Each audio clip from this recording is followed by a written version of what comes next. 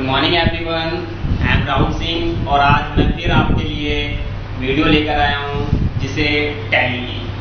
ठीक है, अभी पिछले लेक्चर में आपने सीखा कंप्यूटर क्या होता है और आज हम सीखेंगे अबाउट टैली कि ये टैली क्या चीज़ है आखिर। ठीक है, तो सबसे पहले सीखते हैं जरा टैली, जानते जरा ये टैली के बारे में कि टैली है क्या चीज़ है।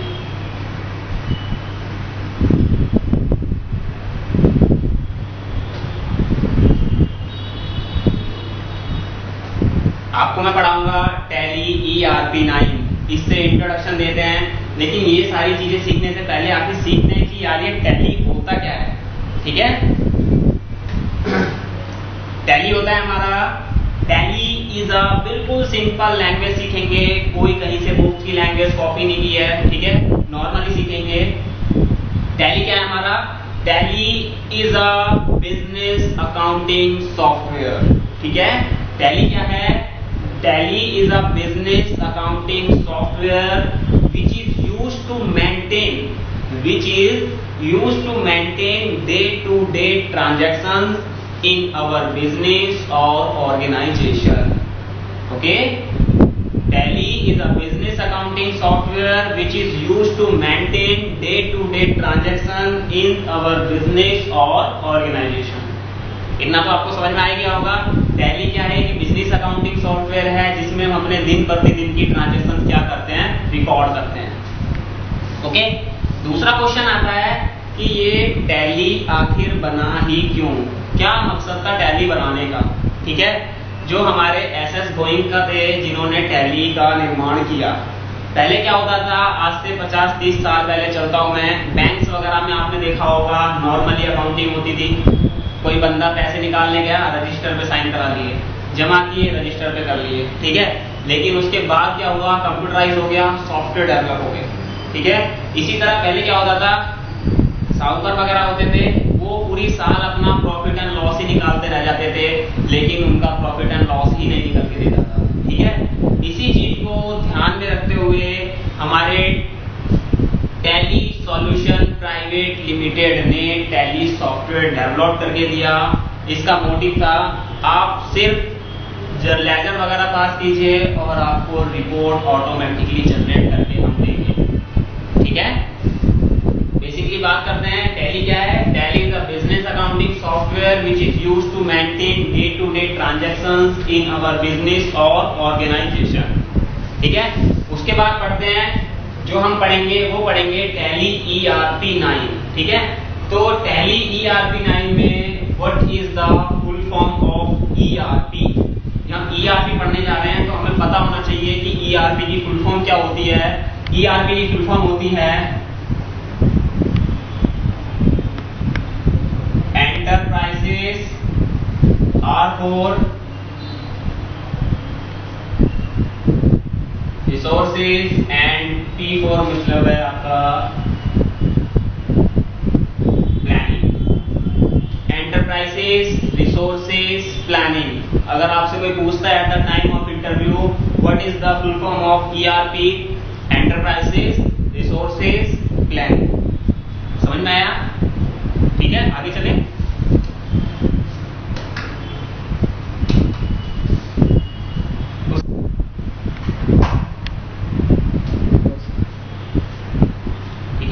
अगला क्वेश्चन हम पढ़ेंगे कि टैली किसने बनाया, किस कंपनी ने बनाया। ठीक है, तो वो सीखेंगे हम। Tally ERP9 is maintain by किसने, टैली सॉल्यूशन प्राइवेट लिमिटेड। ठीक है, टैली सॉल्यूशन प्राइवेट लिमिटेड। अगर आपसे कोई पूछ ले तो tally ERP9 is maintain by या डेवलप्ड बाय या produce by tally solution private limited. Clear question? ठीक है, अगला पढ़ते हैं। अगर आपसे कोई पूछ ले कि विच सिटी, तो सिटी में आपका आएगा बेंगलुरु। ठीक है, और अगर आपसे पूछ ले कि सिंस यानी कब से, तो सिंस 1988। ये तीनों के तीनों question eight the time of interview आपसे जरूर पूछे जाते हैं। आगे चलें, ठीक है। नेक्स्ट क्वेश्चन जो हम बात करेंगे वो करेंगे टैली के वर्जन्स के बारे में, ठीक है। इसके लिए मैंने कॉन्सेप्ट बनाया है, ज्यादा आपको कंफ्यूजन नहीं होगी, इजी सिंपल सा कॉन्सेप्ट।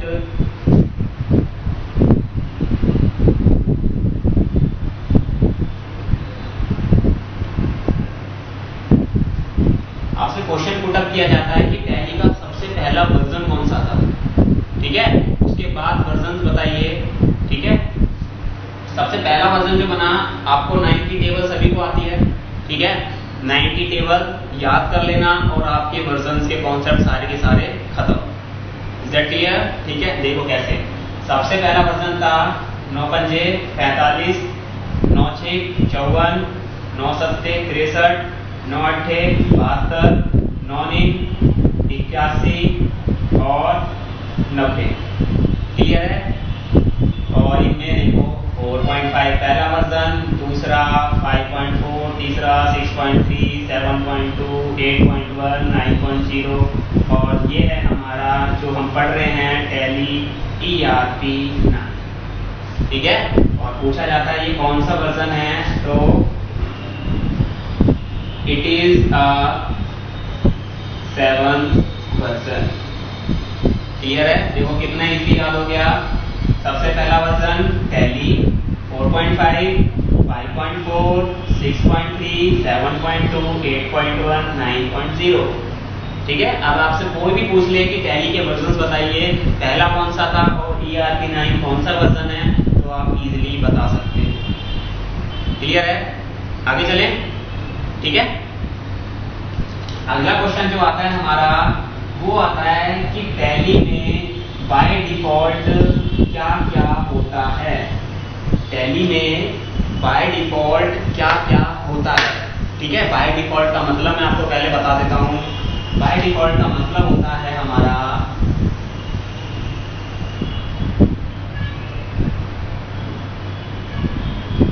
बाय डिफॉल्ट का मतलब होता है कि जब हम कोई चीज परचेज कर लाते हैं, ठीक है, तो उसमें क्या क्या फीचर पहले से ही डले हुए होते हैं, वो मतलब होता है, ठीक है। तो अगर हमने टैली का सॉफ्टवेयर परचेज किया है तो उसमें बाय डिफॉल्ट क्या क्या आता है वही चीज सीखेंगे, ठीक है। इसके लिए मैंने कॉन्सेप्ट तैयार किया है, कुछ भी आपको याद करने की जरूरत नहीं है, बस ये 3 लेटर याद कर लेना, GVL, ओके, GVL। अब आप बोलोगे कि सर ये GVL क्या है, तो GVL कुछ नहीं है, बस 3 लेटर हैं और बाय डिफॉल्ट का आपका कॉन्सेप्ट खत्म है।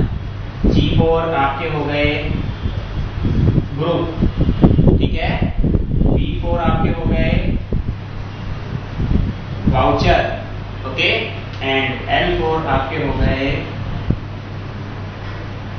ग्रुप, वाउचर एंड लेजर, ठीक है। देखो ग्रुप होते हैं हमारे, ज्यादा बड़ी बात नहीं है, 28 ग्रुप होते हैं, ओके। उसके बाद वाउचर कितने होते हैं, 22 वाउचर होते हैं और लेजर कितने होते हैं, 2 लेजर होते हैं, ठीक है, लेजर, ओके। याद हो गया होगा आई होप। GVL ग्रुप 28, ठीक है, वाउचर 22 और लेजर कितने होते हैं, 2, ठीक है। इसमें एक चीज और आती है, 28 में हमारे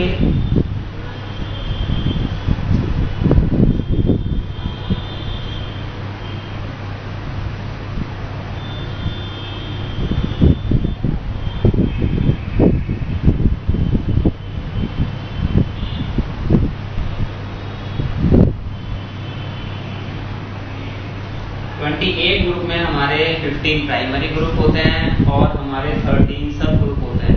इन सब के बारे में मैं जब बताऊंगा आपको, जब टैली कंपनी क्रिएट करने के बाद जब मॉडल वगैरह कराऊंगा तब आपको मैं कराऊंगा इसके बारे में, ठीक है। बट अभी आप इतना ही जान लीजिए, कितना हो रब करें, आगे सीखें।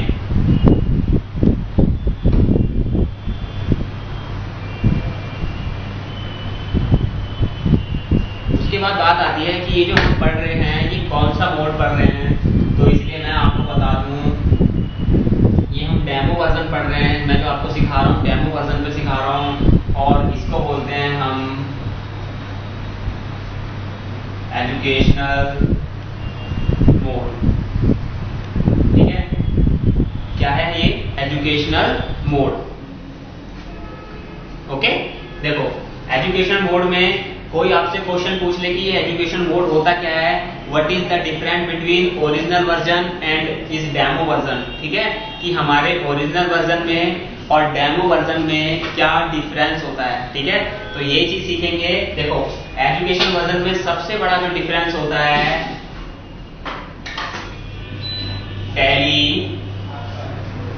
ERP9। ठीक है, इन एजुकेशन वर्जन। ठीक है, tally ERP9 accept only 3 dates. इस बात को ध्यान रखना, tally ERP9 accept only 3 dates. ठीक है, कौन कौन सी हैं जरा देखते हैं। ये मंथ की फर्स्ट एंट्री पास कर सकते हैं। ठीक है, फर्स्ट मंथ की पहली एंट्री, उसके बाद सेकंड और 31st। ठीक है, पहले महीने की पहली तारीख की एंट्री पास कर सकते हैं, महीने की सेकंड तारीख की एंट्री पास कर सकते हैं और महीने की 31st तारीख की एंट्री पास कर सकते हैं। ठीक है, क्लियर है सबको? यानी कि क्या करता है इन एजुकेशनल मोड में, एजुकेशन वर्जन में Tally ERP9 accept only 3 dates, first, second and 31st। इसका मतलब क्या है, सिर्फ हम 3 ही डेट में क्या कर सकते हैं, एंट्री पास कर सकते हैं। और अगर ओरिजिनल वर्जन की बात करें तो उसमें तो सारे के सारे करेंगे। ठीक है, अगर ये वाला वर्जन क्या करता, अगर ये वाला वर्जन क्या करता, सारी डेट एक्सेप्ट करता, तो हम ओरिजिनल वर्जन को खरीदते ही क्यों। ओके, तो ये बहुत बड़ा डिफरेंस है। What is the difference between education mode and original version. ठीक है, आप इसका एग्जांपल दे सकते हो और इससे ये भी पता लग गया कि इस डेमो वर्जन में कितनी डेट हमारी एक्सेप्ट होती है। क्लियर? आगे चलें।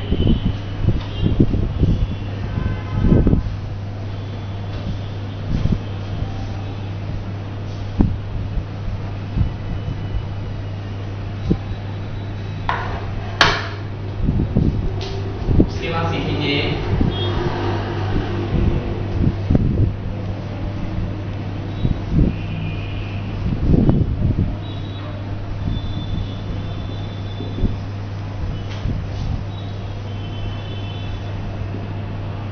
कंपनी क्रिएट करना।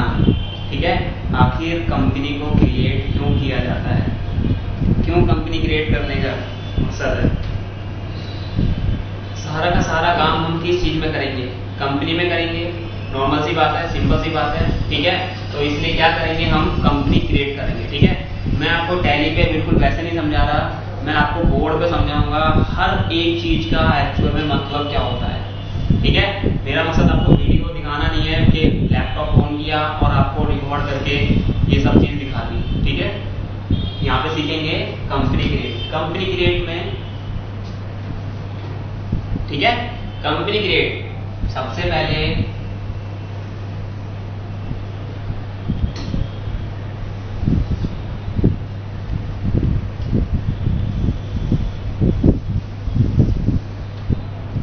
जैसे ही आप कंपनी क्रिएट पे जाओगे, कंपनी क्रिएट में सबसे पहला जो ऑप्शन आएगा आपका, वो आएगा आपका डायरेक्टरी।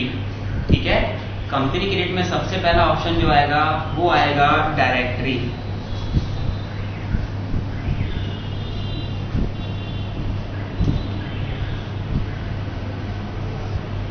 डायरेक्टरी, डायरेक्टरी का मतलब क्या होता है, देखो यहाँ पर लिखा होगा आपका, कुछ इस तरह लिखा होता है सी। ओके, टैली ERP9 और डेटा, इस तरह कुछ लिखा होता है जब भी हम टैली पढ़ते हैं। ठीक है, तो देखो डायरेक्टरी का आज मैं आपको मतलब बता देता हूँ। डायरेक्टरी का मतलब होता है वो लोकेशन, वो जगह, वो स्थान जहाँ पर हमारा टैली का डेटा सेव होता है, डेटा पड़ा होता है। ओके, सेकंड क्वेश्चन जो आता है जब हम कंपनी क्रिएट करते हैं वो होता है हमारा name.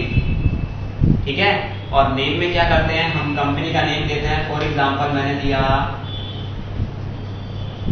Rahul private limited. Clear है? उसके बाद आपको एक चीज और मिलेगी नीचे, जैसे आप चाहोगे वहां मिलेगा हमें mailing and contact detail. Company की मेलिंग एंड कॉन्टैक्ट डिटेल देना क्यों कंपलसरी है, ठीक है, मैं आपको ये बता रहा हूँ। सपोज कीजिए यहाँ पर किसी का बर्थडे हुआ आपका, ठीक है, और आपको क्या है, मुझे वो गिफ्ट भेजना है, ठीक है। तो वो गिफ्ट में मैंने नाम लिखा अरुण, ओके, और दिल्ली, और मैं पोस्ट ऑफिस गया और वो मैंने गिफ्ट सेंड कर दिया। क्या वो एक्चुअल में अरुण के पास पहुंच जाएगा? नहीं पहुंचेगा।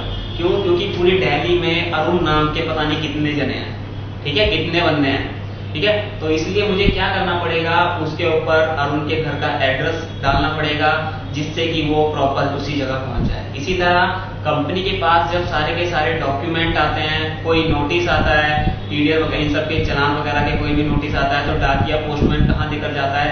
यहाँ पर आपके एड्रेस पर जो आपने मेंशन कर रखा है। क्लियर है? तो इसलिए हमारा कंपनी की मेलिंग एड्रेस एंड डिटेल देना कंपलसरी है, ठीक है। इसमें आती है आपके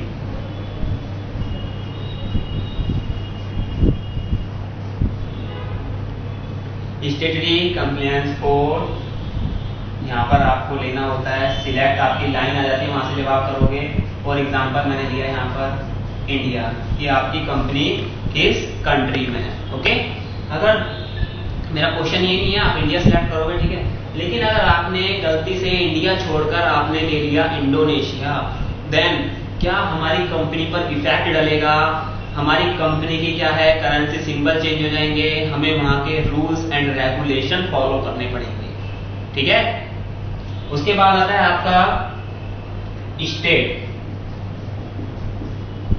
स्टेट में हम क्या देंगे? सपोज करो दिल्ली में हमारी कंपनी है, क्या लेंगे? दिल्ली, नॉर्मल सी बात है। अब अगर गलती से मैंने दिल्ली की जगह मैंने ले लिया यहाँ पर आपका गोवा या यूपी, क्या इफेक्ट पड़ेगा मेरी उस पे? At the time of VAT, जब मैं टैक्स का पार्ट करूंगा, ठीक है, तो वहां पर क्या हो जाएंगे? वैट रेट डिफरेंट हो जाएंगे, ठीक है। मुझे वहां के वैट क्या करने पड़ेंगे? फॉलो करने पड़ेंगे। उसके बाद देखो अगला आता है पिन कोड। ये चीज आई है पिन कोड। पिन कोड का मतलब क्या है? दिल्ली का आप तो नॉर्मली भर देते हो, ठीक है, फॉर एग्जांपल मैंने ले लिया, लेकिन आपसे कभी पूछा गया है कि what is the full form of pin, ठीक है। हम छोटे से नर्सरी केजी से अब तक अपने आई कार्ड में भरते हुए आ रहे हैं पिन, लेकिन हमें ये नहीं पता होता कि what is the full form of pin. तो मैं आपको बता देता हूँ, पिन की फुल फॉर्म होती है postal index number. Postal index number याद होगी सभी को, पोस्टल इंडेक्स नंबर। आगे चले, और भी बहुत सारी डिटेल आती है यहाँ पे। फॉर एग्जांपल अगर आपको टेलीफोन नंबर देना है,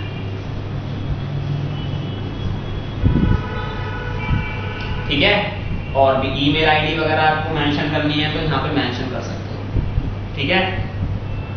और मैं आपको अगले लेक्चर में सिखाऊंगा, ठीक है, इसके आगे।